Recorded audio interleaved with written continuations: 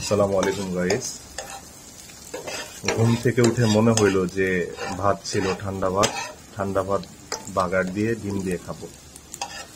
পেঁয়াজ কুচি করে দিলাম, শুকনা মরিচ তেলে দিচ্ছি, ডিম ছেড়ে দিলাম, 2টা ডিম দিব, 2টা ডিম ছেড়ে দিলাম। একা মানুষ তো ভিডিও, সাথে একটু লবণ দিয়ে দিলাম,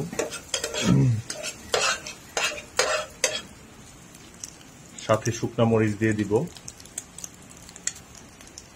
তেল কম হয়েছিল, আর একটু তেল দিয়ে নিলাম, ভাজা ভাজা করব। তারপরে ঠান্ডা ভাতগুলো ছেড়ে দিব। এখানে ভাত দিয়ে দিলাম, ভাত দিয়ে লাগাচ্ছি।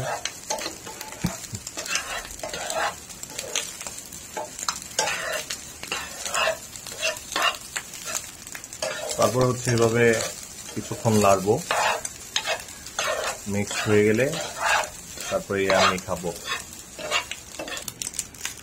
5-7 মিনিট এভাবে নাড়ানোর পর হয়ে গেল ডিম রাইস। যদিও একজন মানুষ অনেক হয়ে গেছে। পরবর্তী ভিডিওতে আবার দেখা হবে। আসসালামু আলাইকুম।